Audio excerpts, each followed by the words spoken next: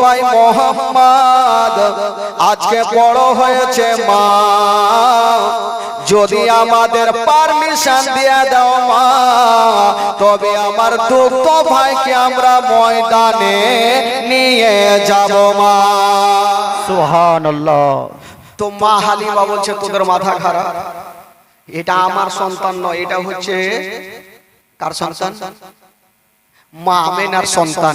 যদি এই সন্তানকে ময়দানে কিছু হয় আমেনাকে মুখ দেখাতে পারবো না। না বেটা, দায়িত্ব আছে আমার, আমি তোমাদের সঙ্গে পাঠাবো না। তো বাচ্চা ছেলেগুলো, অনেকগুলা ছেলে মাসুদের সঙ্গে ভোট দিচ্ছে আর বলছে মা গো একবার পাঠিয়ে দেখেন, আমরা কথা দিলাম জঙ্গলে কিছু ক্ষতি হতে দেব না। মা হালিমা পাঠাবে না আর বাচ্চা ছেলেগুলা জিদখানা ছাড়ে না। কবি লিখেছেন তোর মোস্তাফাকে দে না মা গো সঙ্গে নিয়ে যাই, তোর মোস্তাফাকে দে না মা গো সঙ্গে নিয়ে যাই। ওই বাচ্চা ছেলেগুলা বলছেন মা হালিমাকে তোর মোস্তাফাকে দে না মা গো সঙ্গে নিয়ে যাই। মদের সাথে কারণে ময়দানে ভয় নাই, তোর মোস্তাফাকে দে না মা গো সঙ্গে নিয়ে যাই। জোরে বলো সুবহানাল্লাহ। সুবহানাল্লাহ। তো মা হালিমা পাঠাবে না আর বাচ্চা ছেলেগুলো বলছে মা পাঠাতেই হবে, জিদ ছাড়লো। তো মা হালিমা মনে মনে বলছে যে এদেরকে এমনই একটা প্রশ্ন করব না উত্তর দিতে পারবে না, বেটাকে নিয়ে যাবে। তো প্রশ্ন কি করছে, বলছে হারে বেটা তোরা তো ময়দানে নিয়ে যাবি, যদি রৌদ্র লাগে তাপ লাগে তখন তোরা কোথায় রাখবি? তো মাসুদ হাসতে হাসতে বলছেন মা গো জঙ্গলে রৌদ্র লাগবে না, তাপ লাগবে না, তার ব্যবস্থা করে রেখেছি। জোরে বলুন সুবহানাল্লাহ। ওইটা আবার কি ব্যবস্থা করেছিস বেটা? তখন মাসুদ বলছেন কি ব্যবস্থা করেছিস মা জানেন? বাবলা গাছের ছায়াই নিয়ে বসবো সবাই ঘিরে, আর খড়মা পাতার তাজবা নাইয়া মা পড়িয়ে দেব। সুবহানাল্লাহ।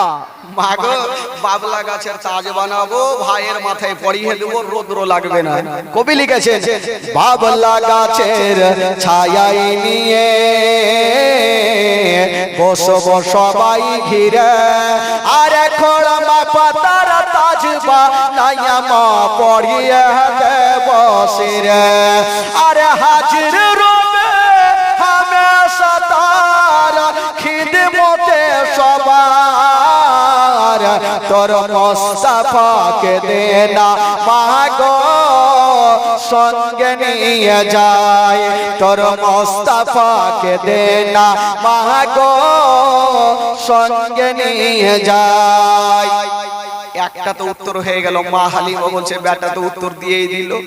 এমন একটা প্রশ্ন করব এর আর জিন্দেগিতে দিতে পারবেন না। বলছে হারে বেটা তোরা তো ময়দানে নিয়ে যাবি, বাবলা গাছের ছায়াতে রাখবি, রৌদ্র লাগবে না, সেটা তো বুঝলাম, কিন্তু পেট তো আছে, যদি ক্ষুধা পাই তখন কি খাওয়াবি? মা হালিমার মনের ধারণা জঙ্গলে তো খাবার পাবে না আর বেটাকে নিয়েও যাবে না। তো বলছে তোরা কি খাওয়াবি? তখন মাসুদ হাসতে হাসতে বলছেন মা গো ক্ষুধা লাগবে না, পিপাসিত লাগবে না, ওইটা ওই জঙ্গলে ব্যবস্থা করে রেখেছি। জোরে বলুন সুবহানাল্লাহ। ওইটা আবার কি করলি রে বেটা? তখন মাসুদ বলছে কি করেছি মা জানেন? খেতে দেব খেজুর মেথি, খোদা যদি পাই, আর তোমার তোর পাতার ঠোঙায় দেব পিপাসা। সুবহানাল্লাহ। মাগো খেজুর মেথি আর দুমবার দুধ আমার ভাইকে দেব, কখনো ক্ষুধা পিপাসিত লাগবে না। কবি লিখেছেন খেতে দেব খেজুর মেথি,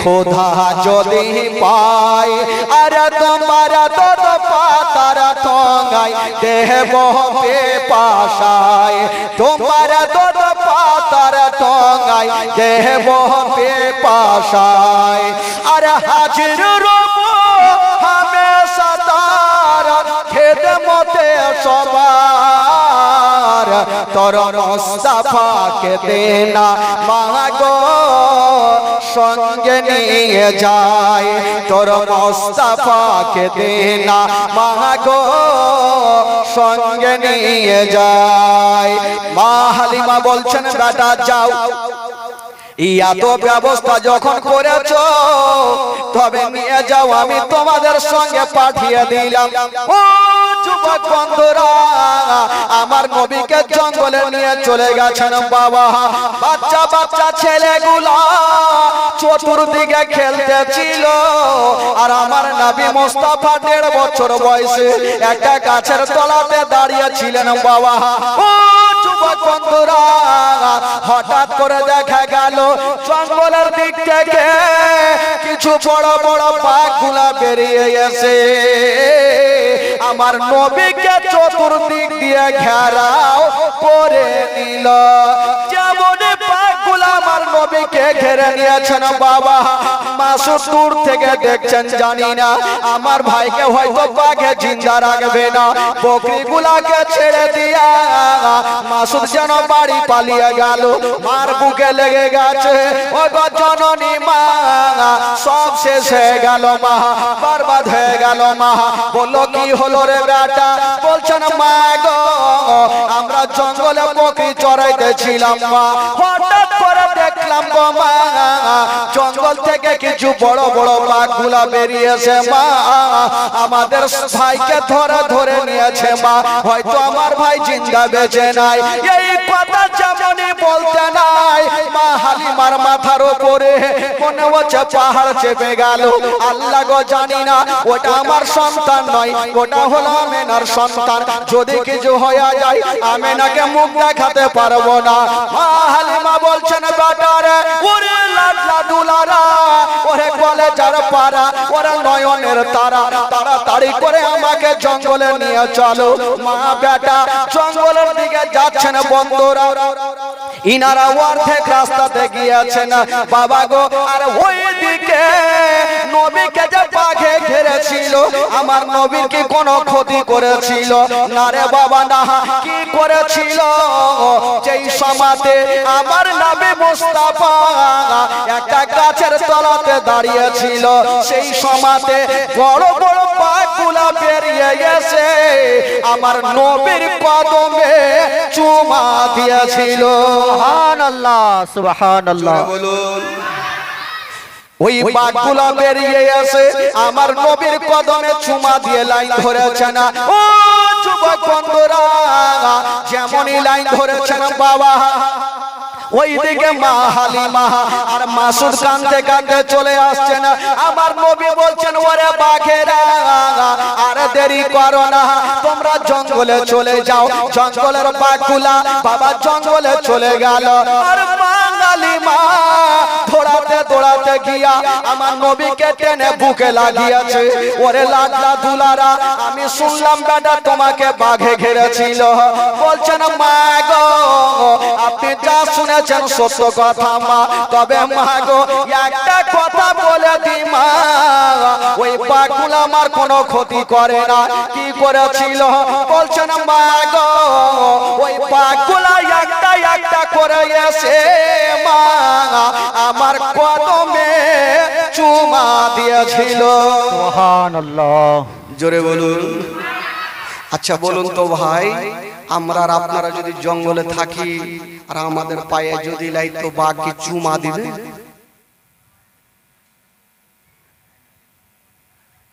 হাড্ডি তো মানে মাংস তো খাইবে তার সাথে হাড্ডিও চিবিয়ে খাইবে কেউ যদি সুপলে চিন্তা করেন যদি বাথরুম করেন আর পিছন থেকে যদি বাঘ দেখেলেন তো লুঙ্গি ঠিক থাকবে কুণ্ঠে থাকবে দেখার নাই লোটা লাদনা যেতে পড়লো পড়ুক ভাগ কি ভাগা তো নবীকে আমার নবীর কদমে যখন বাঘ চুমা দিয়েছে তো মা হালিমা মাথায় হাত দিয়েছে বাপের কালে শুনিনি যে একটা লোকের কি বলে মানুষের ইয়েতে কদমে চুমা দিবে না কি আল্লাহ দিয়েছে সন্তান জানি না আমার সন্তানকে মনে হয় কোনো জিন ভূতে ধরেছে ই বাবা মা হালিমা বলছে আর জিন দেখে আমি পাঠাবো না একবার বাঘে ছেড়েছে দ্বিতীয়বার ছাড়বে না তো নবীকে পাঠাই না যখন আস্তে আস্তে আমার নবীর বয়স হয়ে গেল 2 বছর জোরে বলুন সুবহানাল্লাহ কয় বছর হলো? তো 2 বছর যখন বয়স, তো নবী তো আর জঙ্গলে যায় না, আর ওইদিকে বাঘগুলাই একটা মিটিং বসিয়েছে। হারে নবীকে 6 মাস হয়ে গেল দেখা, আর তো জঙ্গলে আসেন আর দেখাও হয় না, তো কি করা যাবে? তো মিটিং হচ্ছে, এক কাজ করো, আমরা হাড় মারিয়ে যাব, হালিমার বাড়ি ঢুকবো, নবীকে দেখবো, জিয়ারত করবো, চলে আসবো। ডিসিশন তো হয়ে গেল। এই বাবা এক দল বাঘ কিন্তু হাড় মারিয়ে চলে যাচ্ছেন। তো বাঘের যে সর্দার, ওই বলছে, "এই, তোরা কোথায় যাবি?" বলে, আমরা তো যাব নবীকে দেখতে। বলে, তোরা যাবি যা, একটাও বাইচা আসবি না। কার নাক বোঁচা হইবে, কার দাঁত ভাঙবে, কার মুখ ভাঙবে, কার ঠোঁট টেঁড়া হইবে। বলে, কেন? বলে, তোদের ধারণা তোরা নবীকে দেখবি, কিন্তু পাড়ার লাঠি লাদনা উঠে পড়বে, পিঠেই না পড়বে, কার নাকে পড়বে, কার মুখে পড়বে, টেঁড়া হয়ে যাবি যা। তো বাঘগুলো বললো, ঠিকই তো কথা, তাহলে কি করব? তো বাঘের সর্দার বলছে, শোন, একটাই উপায় আছে নবীকে দেখার। বলে, কি উপায়? বলে, কালকে যখন মা হালিমার বেটা বেটি বকরি নিয়ে যখন ময়দানে আসবে, তো তোরা সমস্ত বড় বড় বকরি গুলাকে ধরে নিবি, আর ওই বকরি ছুটাতে সাধারণ লোক আসবে না, যদি আসে তবে শেষ জামানার নবী আসবে। জোরে বলে, সুবহানাল্লাহ, আরে জোরে, সুবহানাল্লাহ। তো সর্দারকে এমনি বানানো হয় নাকি, দেখে শুনে সর্দার বানানো হয়। আজকাল তো সমাজে সর্দার খুব ভালো থাকে না, কারণ জানেন, এক জায়গাতে একটা গ্রামে সবাই মোটা বুঝে, কেউ ভালো ছিল না ভাই। একটা লোক আতর বেচতে গেছে, আতর বুঝলেন, আতর বেচতে গিয়ে ও রাস্তার ধারে দাঁড়িয়ে আছে, তো কিছু ছোট্ট ছোট্ট বাচ্চারা খেলাধুলা করছে। আতরওয়ালা ভাবলো এখানে যদি দাঁড়াই তো খুশবু যাবে, সেন্ট যাবে, তো বাচ্চাগুলো এসে হয়তো কিনে নিবে, আমার আতর বিক্রি হবে। এ বাচ্চাগুলো তো সেন্ট পেয়েছে, দৌড়িয়ে চলে গেছে, চাচা আছে আপনার কাছে? বলে, আতর আছে। বলে, চাচা তাড়াতাড়ি দেন দেখি। লোকটার ধারণা যে একটু হাতে লাগাবো, সুইহা দেখবে, আতর সেন পেবে, তো কিনে নিবে। ই পাগলা হাতে লাগাইছে, তো সুইহা না দেখে চাইটা খাইয়া দেখছে। ই ভাবছে কোন মোটা বুদ্ধে গ্রামে আইন রে ভাই, ই তো আতর খাইয়ে শেষ করে দিবে। ই লাখ সামকে শুনতে ভাগার চেষ্টা করছে। হঠাৎ করে গ্রামের সর্দার কিন্তু চলে আসছে। তো ভাবলো যে সর্দারকে বলবার বাচ্চাগুলোকে মাইর খাওয়াবো। বলে, সর্দার সাহেব এখানে আসেন তো, আপনাদের এলাকার বাচ্চা কাচ্চাকে কি মানুষ করেছে? বলে, কি হলো? বলে, আরে আতর দিলাম, তোমারা সুইহা না দেখে চাইটা দেখছে। তো সর্দার দুটা বাচ্চাকে টাইনা দু গালে দু চড় দিয়ে বলছে, এই পাগলা, এগুলা চাইটা খাইতে হয় না, এগুলা ভাত দিয়ে খাইতে হয়। ওয়ার থেকে ওয়ার পাগলা। তো বাবা গো, সর্দার সব জায়গাতে পাগলা থাকে না। ও সর্দার কি বললো, বাঘের সর্দার, যে শোন, মা হালিমার বেটা বেটি যখন বকরি নিয়ে আসবে তোরা ধরে ফেলবি, আর ওই বকরি ছুটাতে সাধারণ লোক আসবে না, যদি আসে তবে নবী আসবে, আর তোরা গিয়ে অন্তর ভরে নবীর জিয়ারত করবি। ঠিক আছে তাহলে ভেড়াদার বন্ধুগণ, বাবা যে আমার শোনন মা। তারপরের দিন ওই মা হালিমার বেটা মাসুদ বকরি নিয়ে জঙ্গলে এসেছেন। বাবা যেমন জঙ্গলে আসতে নাই, বাঘের সর্দার বলছে, ওরে বাঘেরা, ওই যে তাড়াতাড়ি করে যা, মা হালিমার বকরি চলে এসেছে, তোরা বড় বড় বকরি গুলাকে ধরে নিয়ে চলে যা। বাবা গো, ও যুবক বন্ধুরা, সোনামানিকেরা, যত বাঘগুলা ছিল বাবা, যত বড় বড় বকরি গুলা ছিল, সমস্ত বকরি গুলাকে ধরে নিয়ে জঙ্গলে চলে গেছেন। বাবা যেমনই জঙ্গলে যেতে নাই, মা হালিমার বেটা মাসুদ কাঁদতে আরম্ভ করে দিয়েছেন। কাঁদতে কাঁদতে মার বুকে লেগে গেছেন। মা গো, সব শেষ হয়ে গেল মা, বরবাদ হয়ে গেল মা। বললো, কি হলো রে বেটা? বলছেন, মা গো, যত আমাদের বড় বড় বকরি গুলা ছিল মা, সমস্ত বকরিকে বাঘে ধরে নিয়ে চলে গেছে মা, একটা ও বকরি বেঁচে নাই।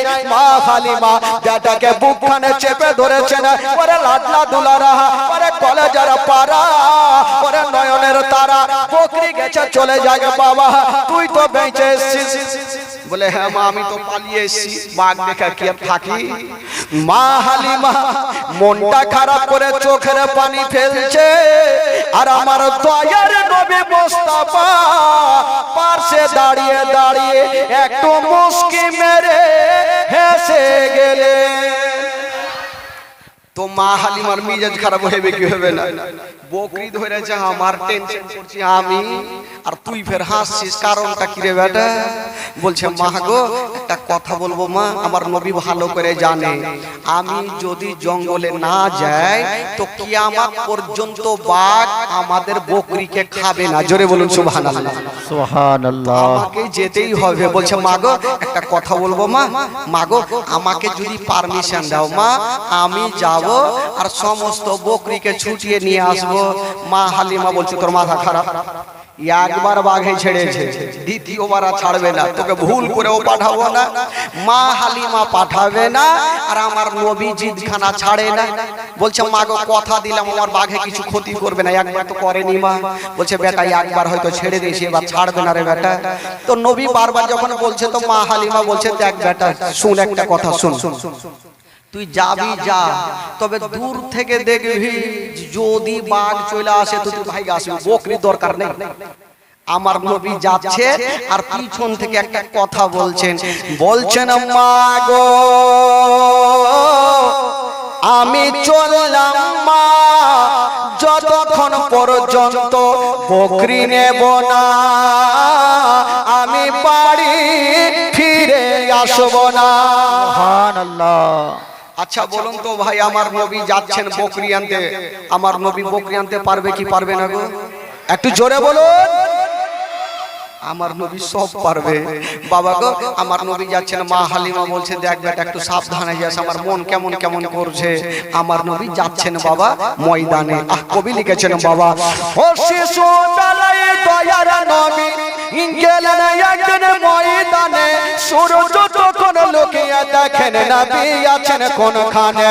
শিশু বেলায় দয়ার নবী গেলেন একদিন ময়দানে, সূর্য তখন লুকিয়ে দেখেন নবী আছেন কোনখানে।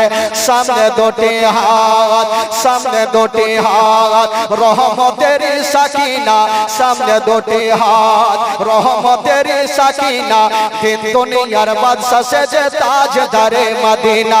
তাই হালিমা তোমার কোলে কে এসেছে দেখো না, ও কি মেরে দেখো না, কাছে গিয়ে দেখো না, তারা হয়ে দেখো না, খুশবু সঙ্গে দেখো না, দিন দুনিয়ার বাদশা সেজে তাজদারে মদিনা। জোরে বল সুবহানাল্লাহ। সুবহানাল্লাহ। ও মেঘে এসে ছায়া করে মোর নবীজির মাথাতে, সর্প এসে হাওয়া করেন মোর নবীজির গায়েতে। মেঘে এসে ছায়া করেন মোর নবীজির মাথাতে, সর্প এসে হাওয়া করেন মোর নবীজির গায়েতে। সামনে দুটি হাত, সামনে দুটি হাত রহমতের সাকিনা, সামনে দুটি হাত রহমতের সাকিনা, দিন দুনিয়ার বাদশা সেজে তাজদারে মদিনা। তাই হালিমা তোমার কোলে কে এসেছে দেখো না, ও কি মেরে দেখো না, কাছে গিয়ে দেখো না, তারা হয়ে দেখো না, খুশবু সঙ্গে দেখো না, দিন দুনিয়ার বাদশা সেজে তাজদারে মদিনা। জোরে বলেন সুবহানাল্লাহ। আচ্ছা আমার নবী বকরি আনতে পারবে কি পারবে না ভাই? আমার নবী তো যাচ্ছেন আর মা হালিমা বারবার করে বলছে বেটা রে একটু সাবধানে যা রে বেটা, আমার মন ভালো করছে না, যদি তোর কিছু হয়ে যায় হালিম আমেনাকে উত্তর দিতে পারবো না। আমার নবী বলছে মা চিন্তা করবেন না আমি চললাম মা, তবে বকরি যতক্ষণ নেব না এই মুস্তাফা বাড়ি ফিরবে না। জোরে বলে বেরাদার বন্ধুগণ বাবাজি আমার শোনো মা, আমার নবী মুস্তাফা যেমনই জঙ্গলে পৌঁছে গিয়েছেন বাবা, যেমন জঙ্গলে যাওয়া ওইদিকে বাঘের সর্দার বলল ওরে বাঘেরা, ওই যে দয়া নবী মুস্তাফা চলে এসেছে, মা আমেনার কলেজা টুকরা চলে এসেছে, আব্দুল্লাহর নয়নতারা চলে এসেছে, আব্দুল মুত্তালিবের পোতা চলে এসেছে, তোরা তাড়াতাড়ি করে যা আর নবীর অন্তর ভরে জিয়ারত করে নে। বাবা গো যত জঙ্গলের বাঘগুলা ছিল সমস্ত বাঘগুলা ধরে দিয়ে গেল আর আমার নবীর কদমে চুমা দিয়ে দিল। সুবহানাল্লাহ।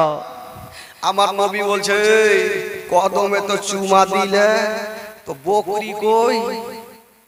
ওই বাঘগুলা বলছে নবী গো আমরা সারা রাত ধরে আপনাদের বকরির পাহারা দিয়েছি, এখন পর্যন্ত এখানটা রুম ক্ষতি করি নাই। আমার নবী বলছেন ওরে বাঘেরা তোরা সমস্ত বকরিকে নিয়ে চলে আয় বাবা গো ও যুবক বন্ধুরা যত বকরিগুলা ছিল সমস্ত বকরিগুলা নিয়ে এসে আমার নবীর সামনে লাইন লাগিয়ে দিল পাকগুলো বলছেন নবী গো আমরা ভুল করে ফেলেছি এছাড়া আমাদের উপায় ছিল না ইয়া রাসূলুল্লাহ আমাদের খাওয়ার ইচ্ছা ছিল না আমাদের ইচ্ছা ছিল আপনার সঙ্গে দেখা করা সুবহানাল্লাহ।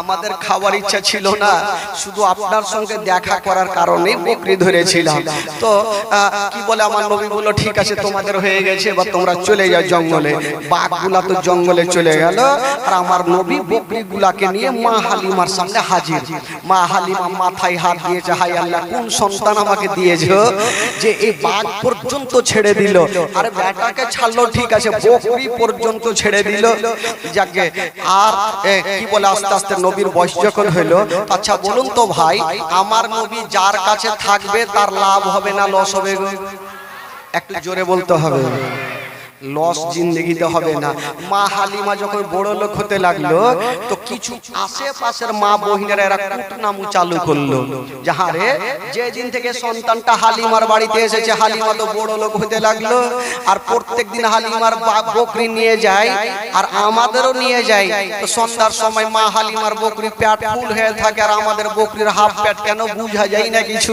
তো নিজের বেটাগুলাকে বলছে এই বেটা শোন মা হালিমার বেটা যেখানে বকরি চড়াচ্ছে তোরা কি চড়াস না বলে হ্যাঁ ওখানেই তো চড়াইছি বলে হারে ওদের ফুল পেট তোদের হাফ পেট কেন এক কাজ কর কালকে যেখানে ওরা বকরি ছাড়বে তোরাও চড়াস তো ওখানে ঠিক আছে মা গেল তারপরের দিন আবার বকরি চড়িয়ে সন্ধ্যায় আসছে তো ওদের হাফ মা হালিমার বকরি ফুল এই বাবা কুটনামু শুরু করলে সন্তানটার জন্য হচ্ছে একে যতক্ষণ ভাগাবো না ততক্ষণ হালিমার ছোট লোক হবে না এই সুযোগ তারা খুঁজে আছে ভাই আর ওইদিকে মা আমেনা বলছেন শ্বশুর আব্বাকে আব্বা আমার বেটা কেমন আছে একটু খবরটা তো নেওয়া হয়নি একটু খবরটা নেন তো যে হালিমা দেখভাল করছে কি করে না আব্দুল মুত্তালিব বেটা আব্বাসকে ডাক দিয়েছে যা বেটা তোর ভাতিজার খবর নিয়ে আই আব্বাস হাতে একখানা তরবারি নিয়ে মা হালিমার গ্রামে পৌঁছে গেল একটা মেয়েকে জিজ্ঞাসা করছেন হাগো এখানে হালিমার বাড়ি কোনটা এমনই মেয়েকে জিজ্ঞাসা করেছে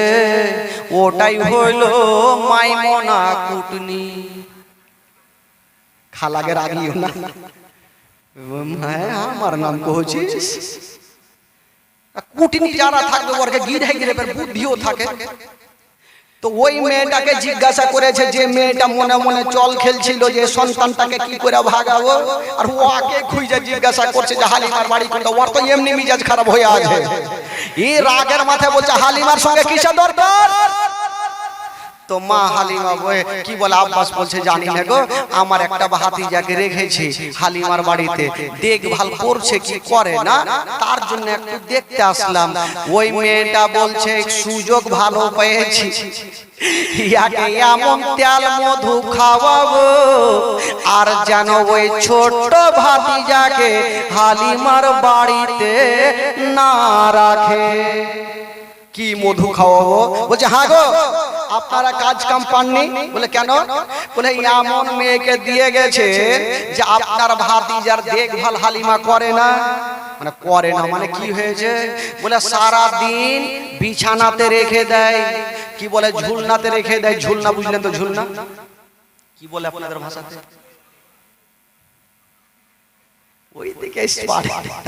ঝুল্লু ঝুল্লু এ ঝুলনাতে রেখে দেয় আর সারা দিন ময়দানে বকরি চড়ায় হালিমা আবার সন্ধ্যার সময় আসে আপনার ভাতিজার ঝুলনা কিন্তু হিলে না আব্বাসের চোখ কিন্তু লাল হয়ে গেছে যদি এই ব্যাপার হয় হালিমার মাথা না কাটলে আমি গাড়ি যাবো না তো নিজের চোখে তো দেখতে হবে পরের কথা শুনে কুদুলে তো হবে না বলছে হালিমার বাড়ি কোনটা বলে কেন বলে আমি নিজের চোখে দেখবো বলে ওই যে ওইটা গেল দেখছে তো ঠিক ঠিক গেটে বড়কা তালা মারা জালনা দিয়ে দেখছে তো আমার নবী একটা ঝুলনাতে আরাম করছেন আর মাসুদ একটা ঝুলনাতে শুয়ে আছে আর ঝুলনা দুইখানা বন্ধ আছে আব্বাস গেটে বসলো চোখটা লাল করে আজকে তারওয়ারি পাজিয়ে নিয়ে এসেছি, হালিমার মাথা যতক্ষণ কাটবো না আমি বাড়ি ফিরে যাব না।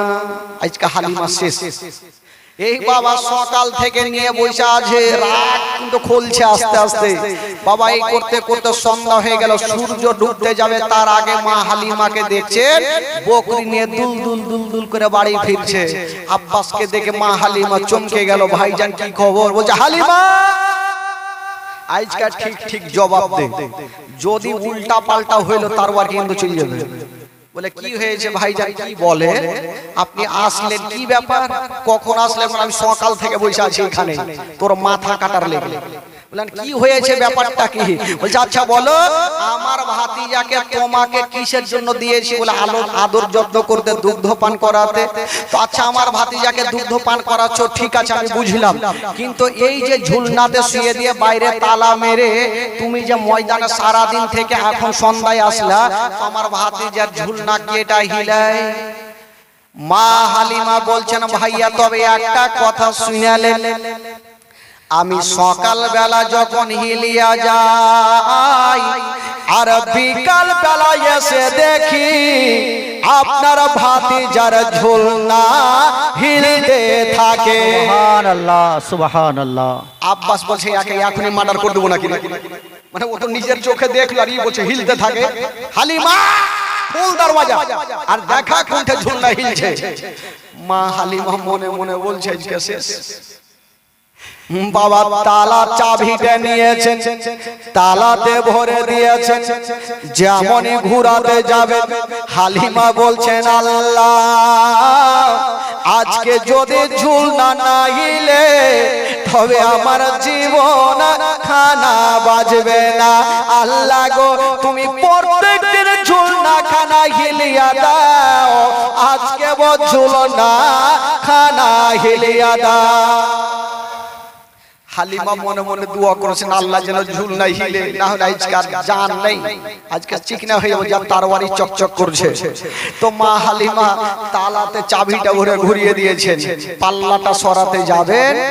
বাবা গো যার দুনিয়াতে কেউ নাই তার আছে মহান আল্লাহ, জোরে বলেন সুবহানাল্লাহ। যেমনই বাবা গো পাল্লাটা সরাতে যাবে, ও যুবক বন্ধুরা, ও গো সোনা মানিকেরা, যেমনই পাল্লাটা সরাতে যাবেন বাবা আমার মহান আল্লাহর অর্ডার হয়ে গেল। আল্লাহ বলে জিবরিল দেরি করো না, তাড়াতাড়ি করে চলে যাও। আল্লাহ গো কোথায় যাব? বলল যাও ওই মা হালিমার বাড়িতে আমার নবী মুস্তাফা আরাম করেছেন, যে ঝুলনাতে আরাম করেছেন ওই ঝুলনাখানা তুমি হিলিয়া দাও। জিবরাইল বলছেন আল্লাহ গো আমি কত গতি বেগে যাব, আমি কত জোরে যাব? আমার আল্লাহ বলছেন জিবরাইল হালিমা তালা খুলে দিয়েছে, পাল্লাটা সরাতে ঘরে প্রবেশ করবে, ওই পাল্লাটা সরার আগে তুমি হালিমার ঘরে চলে যাও। সুবহানাল্লাহ সুবহানাল্লাহ। জোরে বলুন। যেমন এই কথা বলতে নাই জিবরাইল দেরি করলেন না বাবা, করে বাবা গো পৌঁছে গেল। আর যেমনই যেতে নাই আমার নবী যে ঝুলনা খানাতে শুয়েছিলেন বাবা ওই ঝুলনা খানা হিলিয়ে দিলেন। আর যেমনই গেলিয়ে দিয়েছেন বন্ধুরা জিবরাইল চলে যাচ্ছে না, আমার নবী বলছেন জিবরাইল একটু দাঁড়িয়ে যা। নবী বলছেন জিবরাইল দাঁড়াও। জিবরাইল থমকে দাঁড়িয়ে গেল, আমার নবীর বয়স হচ্ছে 2 বছর, দাঁড়িয়ে গেল। তো জিবরাইলকে বলছে জিবরাইল তুমি এটা ভালো করলে। বলে কেন? ঝুলনা হিলিয়ে কতটা উপকার করলাম, না হলে হালিমার জান বাঁচত না। বলে না এটা তুমি ভালো করলে না আমার ঝুলনা হিলিয়ে। বলে কেন? বলে তুমি আমার ঝুলনা হিলিয়ে দিলা ঠিক আছে, আমার ভাইয়ের ঝুলনা কে এটা হিলাইবে? এটাও হিলাও। তো জিবরাইল বলছে তো ফেঁসে গেলাম। বলছেন নবী গো আল্লাহর হুকুমে তো আপনারই হিলার অর্ডার আছে, ওইটা তো হিলার অর্ডার নাই। বলছেন না এখন যদি এটা না হিলাও, এখন মা আসবে এসে দেখবে একটা ভাত একটা বেটার ঝুলনা হিলছে একটার হিলে না, তো মা কষ্ট পাবে না? আর মার মনে কষ্ট দিতে নাই। এই জন্য কবি লিখেছেন মা বিনে বান্ধব নাই রে, মা বিনে বান্ধব নাই রে এই জগৎ করিয়া, ভেবে দেখো কি করছো এই মায়ের মায়ের লাগিয়া ভেবে দেখো কি করছো এই মায়ের লাগিয়া মা বিনে বান্ধব নাই রে মা বিনে বান্ধব নাই রে এই জগৎ করিয়া ভেবে দেখো কি করছো এই মায়ের লাগিয়া ভেবে দেখো কি করছো এই মায়ের লাগিয়া ও সন্তান যদি দূরে থাকে আর মায়ের মনে আগুন জ্বলে নিভে না রে পানি দিলে নিভে না রে পানি দিলে নিভে না রে পানি দিলে আরো ওঠে চলিয়া ভেবে দেখো কি করছো এই মায়ের লাগিয়া ভেবে দেখো কি করছো এই মায়ের লাগিয়া জিবরাইল এটাও হিলিয়ে দাও এখন জিবরাইল ফেরেশতা বলল ফেঁসে গেলাম এখন যদি এই ঝুলনা না হিলাই তবে নবী নারাজ হবে আর নবী যদি নারাজ হয় আমার আল্লাহ নারাজ হবে আর আল্লাহ যদি নারাজ হয় তাহলে জান্নাত পাওয়া যাবে না কি করব হিলাইতে হবে বেচারা ওইটাও ঝুলনা হিলিয়ে দিয়েছেন দুইখানা ঝুলনা হাওয়ার গতিতে ঝুলছে হালিমা বার পাল্লাটা সরিয়ে পর্দাটা সরার আগে বলছে ভাইয়া আমি আগে যাব না আগে আপনি চলেন বলে কেন বলে এখন যাব ঝুলনা যদি হিলে আপনি বলবেন যে হালিমা আগে গিয়ে হিলিয়ে দিয়েছে আমি আগে যাব না আপনি চলেন তো আব্বাস বলছে আমার যাওয়া দরকার নাই কারণ আমি আগে দেখে নিয়েছি যে ঝুলনা বন্ধ আছে এখন তালা তুমি খুললে গেট বন্ধ সব বন্ধ কেটা হিলাইবে এখন বন্ধ আছে তো আমি যাব না তুমি যাও যেমনই বেরাদার বন্ধুরা মা হালিমা আব্বাসকে নিয়ে পাল্লাটা সরিয়ে দিয়া পর্দাটা সরিয়ে দিয়া যেমনই করে ঢুকছেন বাবা আব্বাস বাবা বড় বড় চোখ করে দেখছেন ব্যাপারটা কি জানি না আব্বাস দেখছেন সকাল বেলাতে দেখছেন ঝুলনা বন্ধ ছিল আর এখন যখন দেখছেন বন্ধুরা ওই বন্ধ দুইখানা ঝুলনা হাওয়ার গতিতে ঝুলতে আছে সুবহানাল্লাহ জোরে বলুন হাওয়ার গতিতে ঝুলছে আব্বাস চিন্তা ভাবনা করছে হালিমা ব্যাপারটা কিছু বুঝতে পারলাম না দরওয়াজা বন্ধ জানলা বন্ধ তো লোক কোনটা দিয়ে এলো আর হিলাইলে কেটা হালিমা বলছেন ভাইয়া সেটা কারণ আমিও জানতে পারিনি তবে একটা কারণ আমি জানি এই ছেলেটা সাধারণ নয় ভাইয়া গো শোনেন প্রত্যেক দিন আমি সকাল বেলাতে রেখে যাই আর সন্ধ্যার সময় এসে দেখি আপনার ভাতিজার ঝুলনা হিলতে থাকে প্রত্যেক দিন আমি দেখি আব্বাস দেখে নিল আমার নবী তো খুব ভালো আছে আব্বাস দেখার পর কিন্তু চলে যাইছে আর ওইদিকে মাইমুনা কুটনি ও কিন্তু বড় বড় চোখ করে দেখছে যে আমার ওষুধ কি কাজে দিবে ও আর ওষুধ কি আর কাজে দেয় বাবা দেখছে যে না এই তো বাচ্চা না নিয়ে চলে যাচ্ছে ও কিন্তু সানসান করে ভেগে গেল বাবা গো এইদিকে আব্বাস এত আগিয়ে গিয়েছে আর হঠাৎ করে দাঁড়িয়ে গেল কেন দাঁড়ালো ও দেখছে ছোট ছোট বাচ্চাগুলা খেলাধুলা করছে কে মেলার গাড়ি কে পুতুলা কে মোটরসাইকেল এই যে খেলনাগুলো থাকে না ওগুলা খেলাধুলা করছে আব্বাস ঘুরে আসলো হালিমা তুমি যে সারা দিন ময়দানে থাকো আর আমার ভাতিজা যে বাড়িতে থাকে তোমার ভাতিজার খেলনা কোথায় আচ্ছা খেলনা মা হালিমা তখন উচ্চ সুরে বলছেন যে আপনার ভাতিজা কি খেলে জানেন বলছেন ভাইয়া গো তবে একটা কথা শুনেলেন আপনার ভাতিজার খেলনা কোন মেলাতে পাওয়া যাবে না আপনার ভাতিজার খেলনা কোন দোকানে পাওয়া যাবে না আপনার ভাতিজার খেলনা কোন জায়গাতে পাওয়া যাবে না বললো কেন বলো এই জন্য যাবে না আপনার ভাতিজার খেলনা মোটর সাইকেলের দরকার নাই আপনার ভাতিজার খেলনা কোন গাড়ির দরকার নাই বললো কি খেলে বললেন ভাইয়া গো আপনার ভাতিজা যখন ঝুলনাতে শুয়ে থাকে নিজের শাহাদত আঙ্গুলি খানা যেই দিকে ঝুঁকিয়া দেয় আসমানের চন্দ্র সেই দিকে ঝুঁকে যায় জোরে বলুন তো যার ইশারাতে আসমানের চন্দ্র হিলাহিলি করবে তো দুনিয়ার খেলনার দরকার কি আছে? তো আব্বাস দেখে নিয়ে কিন্তু চলে গেল ভাই। এই করতে করতে আমার নবীর বয়স হয়ে গেল 2.5 বছর। এবার মা হালিমা বলছেন আর এই বেটাকে রাখা যাবে না, বড় হয়ে গেল। এখানে অনেকগুলো ঘটনা আছে, এই ঘটনা যদি বলি তো দুদিন আরো পার হয়ে যাবে। তো ভাই এখানে অনেকগুলো ঘটনা থাকলো, মা হালিমা বলছে আর রাখা যাবে না, এবার আমেনাকে জমা দিতে যাব। তো একটু দূর আগিয়ে গিয়েছেন, মা হালিমা বলছে বেটা এক কাজ করো, তুমি এখানে থাকো, একটু বাড়িতে একটা জিনিস ভুলে গেছি নিয়ে আসছি। এবার নিয়ে এসে দেখছে নবীকার দেখা যায় না, কোনখানে হারিয়ে গেল। মা হালিমা কানতে লেগেছে, জানি না আল্লাহ আমার সন্তান ওটা আমেনার সন্তান, যদি এ সন্তানকে কিছু হয়ে যায় তবে আমি আমেনাকে মুখ দেখাতে পারবো না।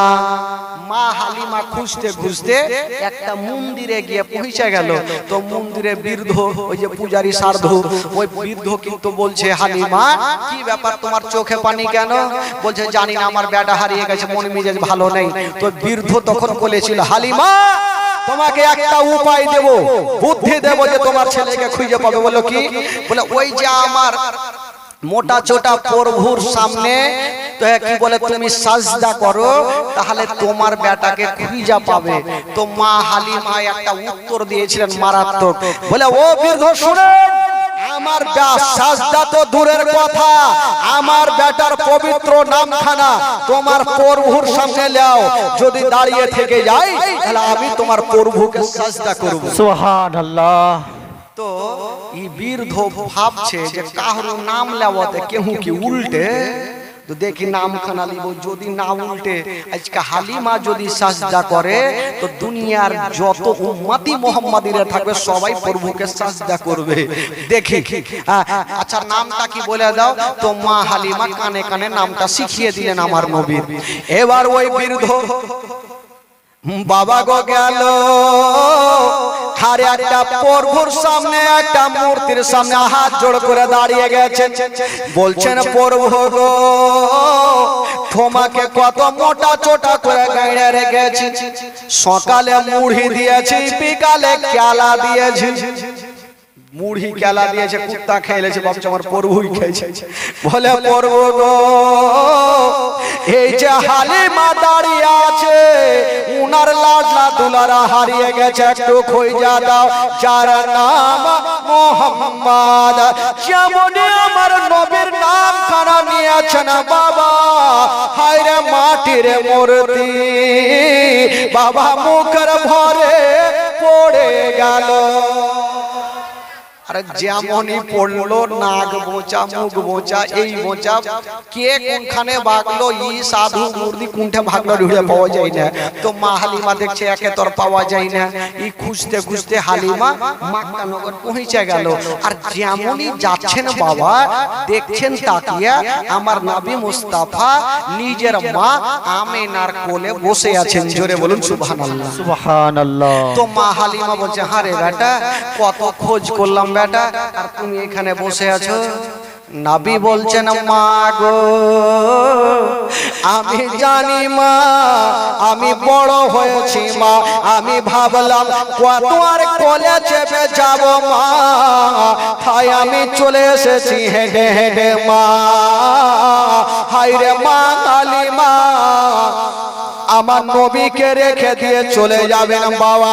হাজার হলো 2-2.5 বছর দুগ্ধ পান করিয়েছেন বাবা, ময়া মমতা হয়ে গেছে, আমার নবীকে রেখে যাবেন বাবা। হালিমার চোখ দিয়ে ঝরঝর করে পানি। আব্দুল মুত্তালিব বেশ কিছু বাবা সামান পত্র এনে মা হালিমার সামনে রেখে দিয়েছেন। বেটি হালিমা এইখান থেকে যা তোমার খুশি তুমি নিয়ে চলে যাও। মা হালিমা বলেছিলেন আব্বা গো আমি যা পেয়েছি অনেক পেয়েছি, আর আমার কোনো জিনিসের প্রয়োজন নাই বাবা গো। মা হালিমা যাবেন চোখ দিয়া পানি। আমার নবী মনের কথা বুঝে গেলেন বাবা। আমার আমার নবী বলছেন মা গো তোমাকে একটা কথা বলে দিই মা, তোমার বাড়িতে যদি কোনোদিন মুসিবতে পড়ে যাও মা, আমার নামখানা স্মরণ করিও মা, তোমার সমস্ত মুসিবত দূরে হবে মা। সুবহানাল্লাহ মা সুবহানাল্লাহ। আমার নাম খারা স্মরণ করলে তোমার মুসিবত দূরে হবে। মা হালিমা আমার নবীকে জমা দিলেন আর দেওয়ার পর সেখান থেকে ঘুরে গেলেন। বাবা গো আমার নবী কার কাছে থাকলেন ভাই? মা আমিনার কাছে আমার নবী থাকলেন। বাবা গো একটু আপনাদের মনটা চাঙ্গা করি, একবার গোটা মাজমা একটু হাত তুলে বলুন তো সুবহানাল্লাহ। জোরে তুলেনি, চাদর তো নাই, গরমের দিন আর এমনি তো গোশ খাইয়ে তাগড়া হয়ে আছে। গোটা মাজমা যারা নবীকে ভালোবাসেন ভাই একটু পরিচয় দেন, জোরে বলুন ইয়া রাসূলুল্লাহ। চলুন ভাই একটু মদিনা থেকে ঘুরে আসি, একটু চলুন আমার সঙ্গে গোটা মাজমা চলুন, কেউ চুপ করে থাকবেন না ভাই, সবাই আমার সঙ্গে জোরে জোরে পড়েন। আমার ভালো লাগে না আমি যাব মদিনা, আমার ভালো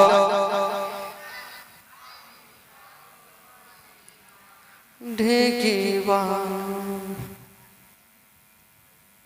এতগুলা লোক বসে আছে তো এরকম আওয়াজ আসবে, মনে হচ্ছে শুনতে গেছে।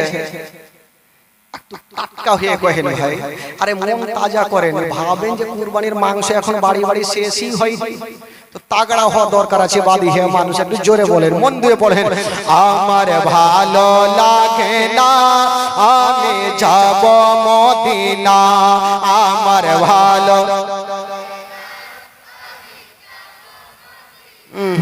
এখনো বাদী হে হইল না, এরকম বাদী হের আওয়াজ। পিছনের যদি চাচাগুলো আছে বয়োজ্যেষ্ঠ কি বলে যুবকেরা আছে, একটু জোরে বলেন তো ভাই, একটু মন তাজা এমন জোরে বলেন যাতে আশেপাশে শয়তান যদি থাকে তুমি যেন দুম ছেড়ে ভাগে। একটু মন খুলে বলেন তো দেখি, গোটা মাজমা বলুন। আমার ভালো লাগে না আমি যাব মদিনা, আমার ভালো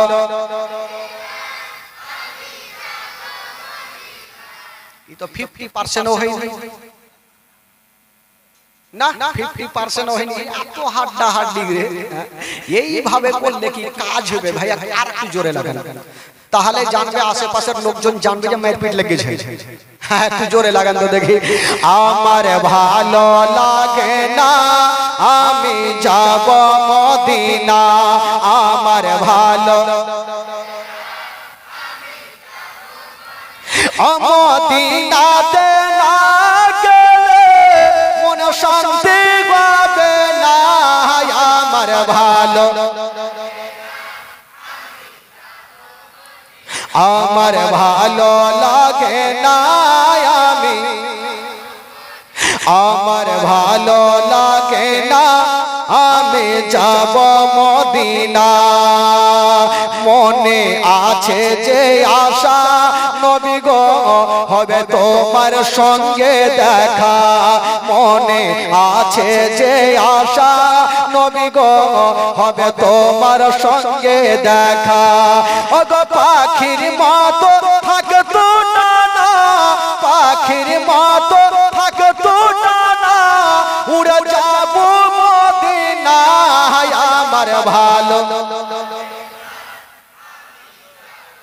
জোরে জোরে আমার ভালো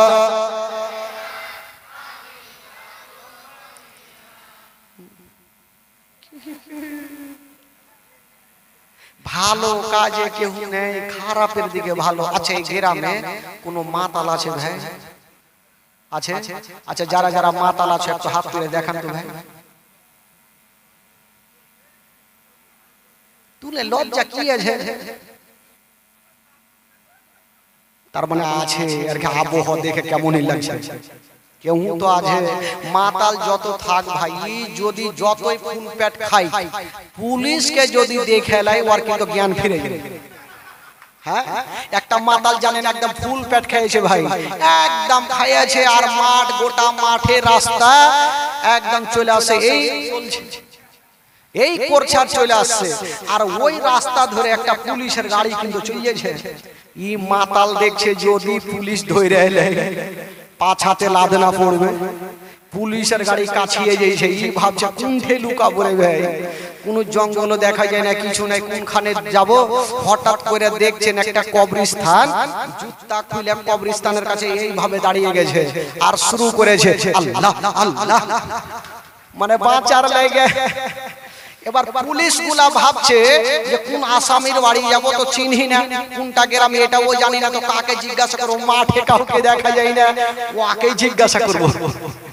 দুটা বেচারা হিন্দু পুলিশ নামলো, আর নামে গিয়ে বলছে তোমরা থাক, আমরা জিজ্ঞাসা করে আসি যে মুখ আসামির বাড়ি কোনটা। এরা পুলিশ গুলা যখন যাইছে তারা চোখে দেখছে ই তো বেটা ধরা পড়ে যাবো, এই বেটা চলে আসছে। ই যখন কাছাকাছি হলো পুলিশ গুলা, ওরাকে দেখা ওর গিয়ার কিন্তু বেড়ে গেছে, একদম শুরু করে দেয়। পুলিশ গুলা ভাবছে, হিন্দু পুলিশ আর কি ভাববে, ও ভাবছে আর দুয়া শেষ হবে তো ওকে জিজ্ঞাসা করবো, আর ই তো বাঁচার লেগে চলছে, ও কি শেষ করবে, তোরা যতক্ষণ যাবি না ওর শেষ হবে না।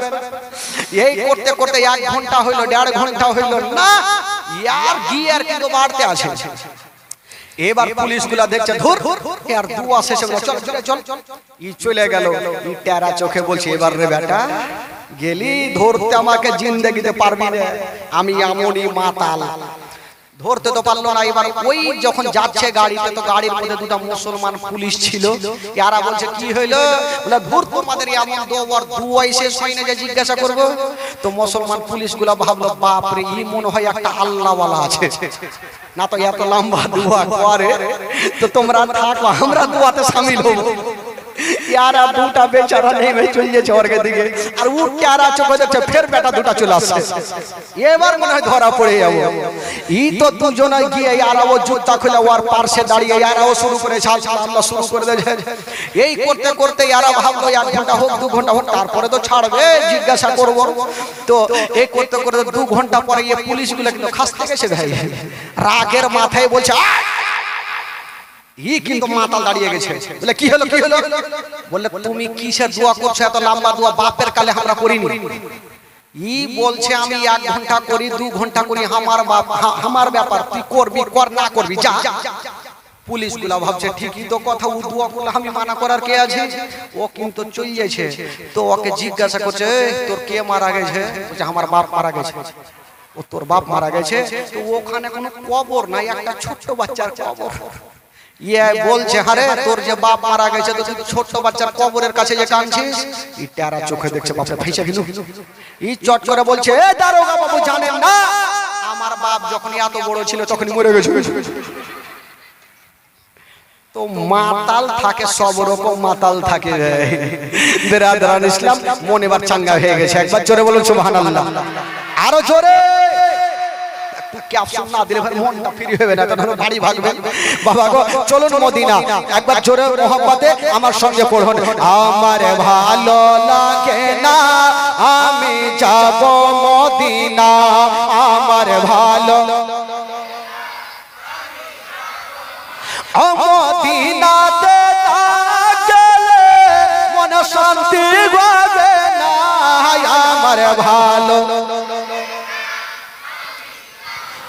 আমার ভালো লাগে না আমি যাব মদিনা।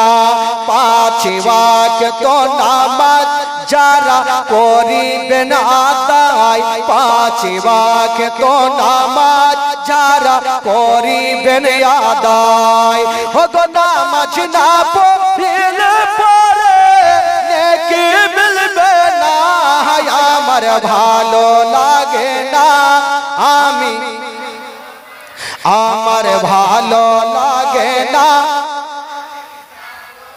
তাফাজুল ইসলাম আজ জীবনী করে, তাফাজুল ইসলাম আজ জীবনী করে, এই জীবনী না শুনলে নেকি মিলবে না, আমার ভালো আমার ভালো লাগে না আমি যাব মদিনা, আমার ভালো। একবার মোহাব্বতে বলুন তো সুবহানাল্লাহ, একটু গোটা মাজমা বলুন সুবহানাল্লাহ।